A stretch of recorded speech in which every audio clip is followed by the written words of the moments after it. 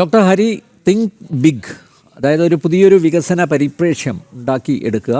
മാത്രമല്ല സ്ഥലപരിമിതിയെക്കുറിച്ച് പറഞ്ഞപ്പോൾ കൃത്യമായിട്ട് രവിചന്ദ്രൻ നായർ അത് ചൂണ്ടിക്കാണിക്കുക ഉണ്ടായി. നഗരത്തിനകത്ത് സ്ഥലമുണ്ട്, പക്ഷേ അത് നമ്മൾ ഉദ്ദേശിച്ചതുപോലെയാണോ ഉപയോഗിക്കുന്നത് എന്നുള്ളതാണ്. ഏതെങ്കിലും ഒരു പദ്ധതിക്ക് വേണ്ടി അത് മാറ്റി വെക്കാം. അതിന് ഏക്കർ കണക്കിന് സ്ഥലം തിരുവനന്തപുരത്തിനകത്ത് തന്നെ ഉണ്ട് എന്നുള്ളതും നമ്മൾ ശുഭാപ്തി വിശ്വാസത്തോടെ തന്നെയല്ലേ നോക്കി കാണേണ്ടത്? തീർച്ചയായിട്ടും ഞാനതിനെ വളരെ പോസിറ്റീവായിട്ട് കാണാം. പക്ഷേ അത്ര എളുപ്പമുള്ള കാര്യമല്ല അത്. ഇപ്പം ഞാൻ പറയട്ടെ, തിരുവനന്തപുരത്ത് ഈ പൂജപ്പുര സെൻട്രൽ ജയിൽ മാത്രമല്ല, അട്ടക്കുളങ്ങര എന്ന് പറയുന്നത് കിഴക്കേക്കോട്ടയുടെ ഏറ്റവും നടുക്കിരിക്കുന്ന ഒരു സാധനമാണ്. അവിടെ ഈ പറഞ്ഞ പോലെ സ്ഥലമുണ്ട്. പക്ഷേ അത് നമുക്ക് ഈ വികസനത്തിന് വേണ്ടി കിട്ടുന്നുണ്ടോ എന്നുള്ളതാണ് പ്രധാനപ്പെട്ട ചോദ്യം.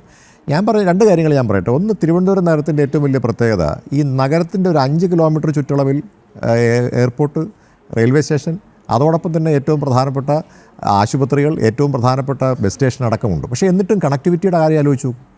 അപ്പം ഞാൻ പറയുന്നത് ഈ വരാൻ പോകുന്ന അതിൽ മെട്രോയാണ് ഞാൻ ഏറ്റവും പ്രധാനമായിട്ട് കാണുന്നത്. മെട്രോ എന്ന് പറയുന്നത് എനിക്ക് തോന്നുന്നു ഇപ്പോൾ 20 ലക്ഷമൊക്കെ കഴിഞ്ഞിട്ടുണ്ട്, ഒരു കുഴപ്പമില്ല. അടുത്ത പുതിയ സെൻസസ് വരുമ്പോൾ ആ പ്രശ്നമൊക്കെ മാറും. മെട്രോ വരുമ്പോൾ ഇത്രയും സ്ഥലങ്ങളെ കൂടി കണക്ട് ചെയ്തുകൊണ്ട് നമുക്ക് വികസനത്തെക്കുറിച്ച് നമ്മൾ ചിന്തിക്കേണ്ടതുണ്ട്. അതായത് തിരുവനന്തപുരത്ത് നിന്ന് മെട്രോയിൽ കയറിയാൽ മെട്രോ ഈ എയർപോർട്ടിനകത്ത് വന്ന് എയർപോർട്ടിൽ നിന്ന് നമുക്കറിയാവുന്ന പോലെ തമ്പാനൂർ ബസ് സ്റ്റാൻഡിനെയും അതോടൊപ്പം തന്നെ ഈ നമുക്കറിയാവുന്ന പോലെ ഇതിനെയും നമ്മുടെ റെയിൽവേ സ്റ്റേഷനെയും കണക്ട് ചെയ്യാൻ പറ്റുക. ഇപ്പോഴും ഒരൊറ്റ പാലമുണ്ടെങ്കിൽ വളരെ ഈസിയായി ആളുകൾക്ക് റെയിൽവേ സ്റ്റേഷനിൽ നിന്ന് നേരെ ഇപ്പോൾ എവിടെ ഇറങ്ങാം? നമ്മുടെ ബസ് സ്റ്റാൻഡിൽ ഇറങ്ങാം. ഉണ്ടോ? പാലമുണ്ടോ? ഇല്ല. അത് ആകെപ്പാടെ ഞാൻ കണ്ടിട്ടുള്ളത് ലുലുവിലേക്ക് ഇറങ്ങാനായിട്ട് മെട്രോയിലുണ്ട് എന്നുള്ളതാണ്. അതുപോലും തിരുവനന്തപുരത്ത് വരുന്നിട്ടില്ല. ഇപ്പോഴും ആളുകൾ നടുക്കൂടെ റോഡ് ക്രോസ് ചെയ്ത് പോകുമ്പോൾ മുഴുവൻ വണ്ടികളും ആ റൗണ്ട് അബൌട്ടിൽ ബ്ലോക്ക്ഡാണ്. അപ്പം ഞാൻ പറയുന്നത് അങ്ങനെയുള്ള കാര്യം പോലും ചിന്തിക്കാൻ നമുക്ക് സാധിക്കുന്നില്ല എന്നിടത്താണ് നമ്മുടെ ഏറ്റവും വലിയ സങ്കടകരമായ. നമ്മൾ ഇപ്പോഴും നമ്മൾ വികസനത്തിൻ്റെ ആ ഒരു തിങ്ക് ബിഗിലേക്ക് നമ്മൾ എത്തിയിട്ടില്ല. മറ്റൊരു പ്രധാനപ്പെട്ട കാര്യം നമുക്ക് കണക്ടിവിറ്റിയിൽ ഏറ്റവും പ്രധാനപ്പെട്ട കാര്യം നേമം ടെർമിനൽ, അതോടൊപ്പം കഴക്കൂട്ടം, അതോടൊപ്പം തിരുവനന്തപുരം. നമുക്ക് തിരുവനന്തപുരത്ത് നിന്ന് ഒരുപാട് ട്രെയിനുകൾ ആരംഭിക്കുന്നെങ്കിലും ആ ട്രെയിനുകൾക്ക് കൃത്യമായി ഇപ്പോഴും ഇതിനെയൊക്കെ കൊണ്ടിടാനായിട്ട് സ്ഥലമില്ലെന്നുള്ളതാണ്. അതുകൊണ്ട് തിരുവനന്തപുരത്തെ ഇപ്പോൾ നമ്മളിപ്പോൾ ഉപയോഗിക്കുന്ന തിരുവനന്തപുരം സെൻട്രൽ പോലെ തന്നെ നേമവും അതോടൊപ്പം കഴക്കൂട്ടവും വികസിപ്പിക്കുവാൻ തീർച്ചയായിട്ടും കേന്ദ്ര ഗവൺമെൻറ് വിചാരിച്ചാൽ സാധിക്കും. ഇപ്പം ഞാൻ നേരത്തെ സൂചിപ്പിച്ചൊരു പ്രധാനപ്പെട്ട കാര്യമാണ് ഈ തമ്പാനൂരിൽ നിന്ന് കരമനയിലേക്കുള്ള ആ പാലം.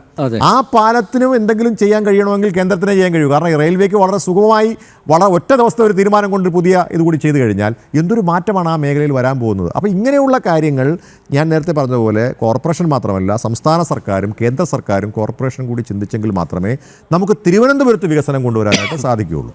മറ്റൊരു പ്രധാനപ്പെട്ട കാര്യം, ഏറ്റവും ഈ പറഞ്ഞതുപോലെ നമ്മുടെ വെള്ളക്കെട്ടൊരു ചെറിയ പ്രശ്നമല്ല. വെള്ളക്കെട്ട് ഇപ്പോഴും തിരുവനന്തപുരത്തെ പല കോർപ്പറേഷൻ വാർഡുകളിലും നമുക്ക് ഓടകളില്ല എന്നുള്ളതാണ് യാഥാർത്ഥ്യം. വെള്ളം നമുക്ക് സുഗമമായി ഒലിച്ചു പോകാൻ കഴിയുന്ന തരത്തിലുള്ള ഓടകളില്ല. അതുമാത്രമല്ല, നിർമ്മാണ പ്രവർത്തനങ്ങൾ നടത്തിയിരിക്കുന്നത് ഈ ഓടകൾ, വെള്ളം ഒലിച്ചു പോകുന്ന ഓടകൾക്ക് മുകളിലാണ്. ഞാൻ പറയാൻ ആഗ്രഹിക്കുന്നത്, ഞങ്ങൾ അധികാരത്തിൽ വന്നിരുന്നെങ്കിൽ തിരുവനന്തപുരത്ത് ഓപ്പറേഷൻ അന്നയുടെ 2ാം ഘട്ടം കൊണ്ടുവരുമെന്നുള്ളത് പ്രഖ്യാപനം നമ്മൾ നടത്തിയിരുന്നു. ഞങ്ങൾ ഈ തിരുവനന്തപുരം കോർപ്പറേഷൻ്റെ കാര്യമാണല്ലേ ഞാൻ പറയുന്നത്. ഇത്തവണ നിങ്ങൾ നോക്കിക്കോളൂ, ഈ തിരുവനന്തപുരം ഉമ്മൻചാണ്ടി സാറാണ്, ഞങ്ങളാണ് ആ ഓപ്പറേഷൻ അനന്ത കൊണ്ടുവന്നത്. ആ ഓപ്പറേഷൻ അനന്ത കൊണ്ടുവന്നപ്പോൾ അതിൻ്റെ വ്യത്യാസം തിരുവനന്തപുരത്ത് ഉണ്ടായി. പക്ഷേ അത് ഇടതുപക്ഷ ജനാധിപത്യ മുന്നണി അധികാരത്തിൽ വന്നു കഴിഞ്ഞപ്പോൾ ഇതെല്ലാം അവസാനിച്ചു. അപ്പോൾ അതുകൊണ്ട് ഞാൻ പറയാൻ ആഗ്രഹിക്കുന്നത്, കോടികളല്ലേ ഒഴുക്കി കളഞ്ഞതല്ലേ? അതാണ് ഞാൻ പറഞ്ഞത്.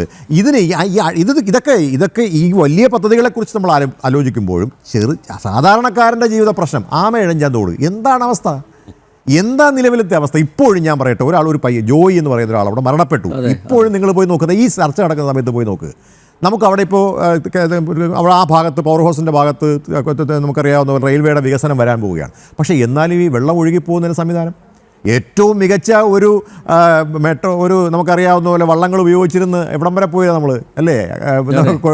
എറണാകുളം വരെയുള്ള റീച്ച് ആ ഭാഗത്തുണ്ടായിരുന്നു. പക്ഷേ സംവിധാനം ഇപ്പോഴും ഇല്ല. അപ്പം ഞാൻ പറയാൻ ആഗ്രഹിക്കുന്നത്, തിങ്ക് ബിഗിനോടൊപ്പം തന്നെ നമ്മൾ ചെറിയ ചെറിയ കാര്യങ്ങളെ കൂടി, ഇതൊക്കെ ചെറിയ കാര്യമല്ല. അപ്പോൾ തിരുവനന്തപുരം നഗരത്തിൻ്റെ ഓപ്പറേഷൻ അനന്തയുടെ 2ാം ഘട്ടം നടപ്പാക്കാൻ തയ്യാറാവണം. എൻ്റെ അടുത്ത സുഹൃത്താണ് ശ്രീ രാജേഷ് മേയർ. അപ്പം ഞാൻ പറയുന്നത്, രാജേഷ് ഇത് കേൾക്കുന്നുണ്ടെങ്കിൽ ഇങ്ങനെയുള്ള ബേസിക് ആയിട്ടുള്ള കാര്യങ്ങൾ കൂടി. ഇനി ഒരു കാര്യം കൂടെ പറയട്ടെ, പാർക്കിംഗ് തിരുവനന്തപുരത്തെ സംബന്ധിച്ചിടത്തോളം വലിയ പ്രശ്നമാണ്. തിരുവനന്തപുരത്ത് വാഹനങ്ങൾ പാർക്ക് ചെയ്യാൻ ഇപ്പോൾ ഞാൻ മനസ്സിലാക്കുന്നത്, ആ പവർ ഹൗസിൻ്റെ അടുത്ത് തന്നെ പുത്തിരിക്കണ്ടം മൈതാനത്ത് കോടികൾ ചിലവഴിച്ച് കോർപ്പറേഷൻ തന്നെ അവിടെ ഒരു മൾട്ടി ലെവൽ പാർക്കിംഗ് സംവിധാനം ഉണ്ടാക്കി കൊടുത്തിട്ടുണ്ട്. ഉദ്ഘാടനം ചെയ്തിട്ടില്ല. ഉദ്ഘാടനം ചെയ്തിട്ടില്ല, അടച്ചിട്ടിരിക്കുകയാണ്. തിരുവനന്തപുരത്തെ കോർപ്പറേഷൻ്റെ അകത്ത് ഈ സംവിധാനം ഉണ്ടായിട്ടും ഞാൻ ബഹുമാനപ്പെട്ട മേയറോട് പറയാൻ ആഗ്രഹിക്കുന്നത്, അന്ന് രാവിലെ വണ്ടിയിൽ വന്നിറങ്ങുമ്പോൾ ആ കോർപ്പറേഷൻ്റെ മുൻവശത്ത് കൂട്ടിയിട്ടിരിക്കുന്ന അല്ലെങ്കിൽ പാർക്ക് ചെയ്തിരിക്കുന്ന വണ്ടികൾ അങ്ങ് കാണണം. മൾട്ടി ലെവൽ പാർക്കിംഗ് ഉള്ള തിരുവനന്തപുരം കോർപ്പറേഷൻ്റെ മുൻവശത്ത് വണ്ടികൾ കൊണ്ട് അടുക്കിയിട്ടിരിക്കുകയാണ്. ഞാൻ പറയട്ടെ, അതൊക്കെയാണ് മാറ്റം ഉണ്ടാവേണ്ടത്. ഇപ്പോഴും 27 ദിവസമായി, ഞാൻ വളരെ കുറഞ്ഞ കാലാവധിയാണ്, ഞാനത് വിമർശിക്കുകയല്ല, എന്നാലും വിമർശന ബുദ്ധിയാൽ തന്നെ ഞാൻ പറയുകയാണ്, തിരുവനന്തപുരം കോർപ്പറേഷനകത്ത് ആളുകൾക്ക് വണ്ടി മുട്ടി നടക്കാതെ കയറിപ്പോകാൻ കഴിയുന്ന ഒരു സംവിധാനം പ്രിയപ്പെട്ട മേയർ ഉണ്ടാക്കണം, ബഹുമാനപ്പെട്ട മേയർ ഉണ്ടാക്കണം എന്നാണ് എനിക്ക് ഈ ചർച്ചയിൽ മുന്നോട്ട് വെക്കാനുള്ള ഏറ്റവും പ്രധാനപ്പെട്ട കാര്യം. അതിന് മൾട്ടി ലെവൽ പാർക്കിംഗ് സംവിധാനം നിങ്ങൾ കോടികൾ ചെലവഴിച്ച് അവിടെ ഉണ്ടാക്കി വെച്ചിട്ടുണ്ട്. അതിനകത്ത് അത് ഉപയോഗിക്കാൻ പോലും നമുക്ക് കഴിയാത്ത ഒരു സാഹചര്യം ഇപ്പോഴും ഉണ്ട്. അങ്ങനെയുള്ള പ്രഖ്യാപനങ്ങൾ കൂടി ഉണ്ടാവട്ടെ എന്ന് ഞാൻ ആഗ്രഹിക്കുകയാണ്. Yes, let us hope for the best, അല്ലേ? തീർച്ചയായിട്ടും നമുക്ക് അവസാനിപ്പിക്കാം. പക്ഷെ നമ്മൾ ഇതിനകത്ത് ശ്രദ്ധിക്കേണ്ട ഒരു കാര്യം, ഇപ്പം നേരത്തെ പറഞ്ഞ ഓപ്പറേഷൻ അനന്ത, ഉമ്മൻചാണ്ടി സാറിൻ്റെ കാലത്ത് Shri Jiji Thomson chief secretary ആയിരിക്കുമ്പോൾ കൊണ്ടുവന്ന ഒരു സ്കീമായിരുന്നു. അത് നല്ല രീതിയിൽ പ്രവർത്തിച്ച് 5-6 വർഷം, എനിക്ക് 7 വർഷത്തോളം ഫ്ലഡിങ് ഇല്ലായിരുന്നു തമ്പാനൂർ. ഇതിനെ കൊണ്ടുപോകാൻ ആൾക്കാർ മടിക്കുന്നതെന്നറിയാം. ഒരാൾ ചെയ്ത സാധനം മറ്റാളിന് ക്രെഡിറ്റ് കിട്ടും. ജിജി തോംസൺ കൊണ്ടുവന്ന പദ്ധതിയാണ്, അപ്പോൾ ഞാൻ അത് തൊട്ട് അയാൾക്കല്ലേ പേര് കിട്ടും, എനിക്ക് കിട്ടില്ല.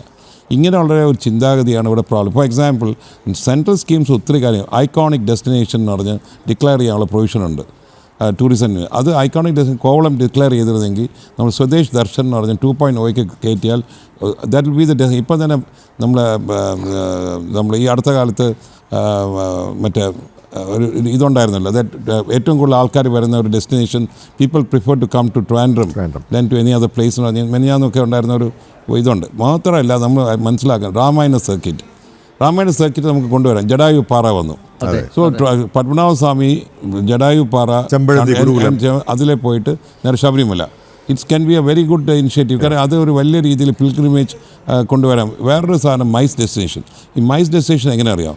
നമ്മളൊരു സിറ്റി ഹെറിറ്റേജ് കാറ്റഗറിയിൽ പെട്ട് കഴിഞ്ഞാൽ അതിന് ഇൻക്ലൂഡ് ചെയ്താൽ സെൻട്രൽ ഗവൺമെൻറ്റിൻ്റെ ഒരു നോട്ടിഫിക്കേഷൻ ഉണ്ട്. പിന്നെ all government of India meetings, മിനിസ്ട്രിയുടെ മീറ്റിംഗ്, പബ്ലിക് സെക്ടർ മീറ്റിംഗ് മൊത്തം ഈ ഇപ്പോൾ ലൈക്ക് വാരണാസി പോലെ തിരുവനന്തപുരത്ത് വയ്ക്കാം എന്ന് പറഞ്ഞു കഴിഞ്ഞാൽ all meetings will come here. അതിന് കൺവെൻഷൻ സെൻറ്റർ വേണം. അപ്പോൾ ഈ ഫീസ് ഇതെല്ലാം നമ്മൾ ഓരോന്ന് എണ്ണി നോക്കിയാൽ പറയാനുള്ള ലിസ്റ്റ് നീണ്ട് തന്നെ പോകും. പക്ഷേ നമുക്ക് ആദ്യം ഇനിഷ്യലായിട്ട് വരേണ്ട കാര്യങ്ങൾ വന്നാൽ ബേസിക് ഇൻഫ്രാസ്ട്രക്ചർ പെർഫെക്റ്റ് ആയാൽ തീരും. കാര്യം നേരത്തെ ഞാൻ ഒരു കാര്യം കൂടെ പറഞ്ഞു നിർത്താം. കാര്യം പലപ്പോഴും നമ്മൾ റോഡ് വികസനം വരാതെ പ്രതിമ വയ്ക്കുന്ന സ്ഥലങ്ങളുണ്ട്. ഈ പ്രതിമ വയ്ക്കുമ്പോൾ അന്ന് നമ്മൾ ഭയങ്കര ആവേശത്തോടെ പ്രതിമ വയ്ക്കും. പിന്നെ വരുമ്പോൾ വികസനം വരുമ്പോൾ പ്രതിമ തൊടാൻ പറ്റില്ല. എനിക്ക് തോന്നുന്നത് ഈ 3 രാഷ്ട്രീയ പാർട്ടിയും ചിന്തിച്ച് ഈ പ്രതിമ വെച്ച ആൾക്കാരെയും കൂടെ വിളിച്ചിട്ട് ഒരു പാർക്ക് ഉണ്ടാക്കുക. പ്രതിമ മാത്രം വെക്കുന്ന പാർക്ക്. നമ്മൾ ലണ്ടനിൽ പോയ സ്റ്റാച്യു പാർക്കുണ്ട്. ആ പാർക്കിൽ വെച്ച് അവർ നല്ല ഡ്യൂ ആയിട്ട് റെസ്പെക്റ്റ് കൊടുത്ത് നല്ല രീതിയിൽ ലിറ്റപ്പ് ചെയ്ത് അവരുടെ ഓഡിയോയും ലൈറ്റ് ആൻഡ് സൗണ്ടൊക്കെ കൊടുത്ത് പ്ലഗ് കൊടുത്ത് ടൂറിസ്റ്റിന് വന്ന് അവരുടെ പ്രസംഗം കേൾക്കാം. ആ പാർക്ക് ബ്യൂട്ടിഫുള്ളായിട്ട് അവിടെ വന്ന് ഇരിക്കാം വൈകിട്ട്. അപ്പോൾ ഈ ഇങ്ങനെയുള്ള പ്രതിമ മെയിൻ റോഡിൻ്റെയും റൗണ്ട് ആൻഡ് ബൗട്ടിൻ്റെയും നടുക്ക് കൊണ്ടുവച്ചാൽ എങ്ങനെയാണ് നമുക്ക് വീതി കൂട്ടാൻ പറ്റുന്നത്?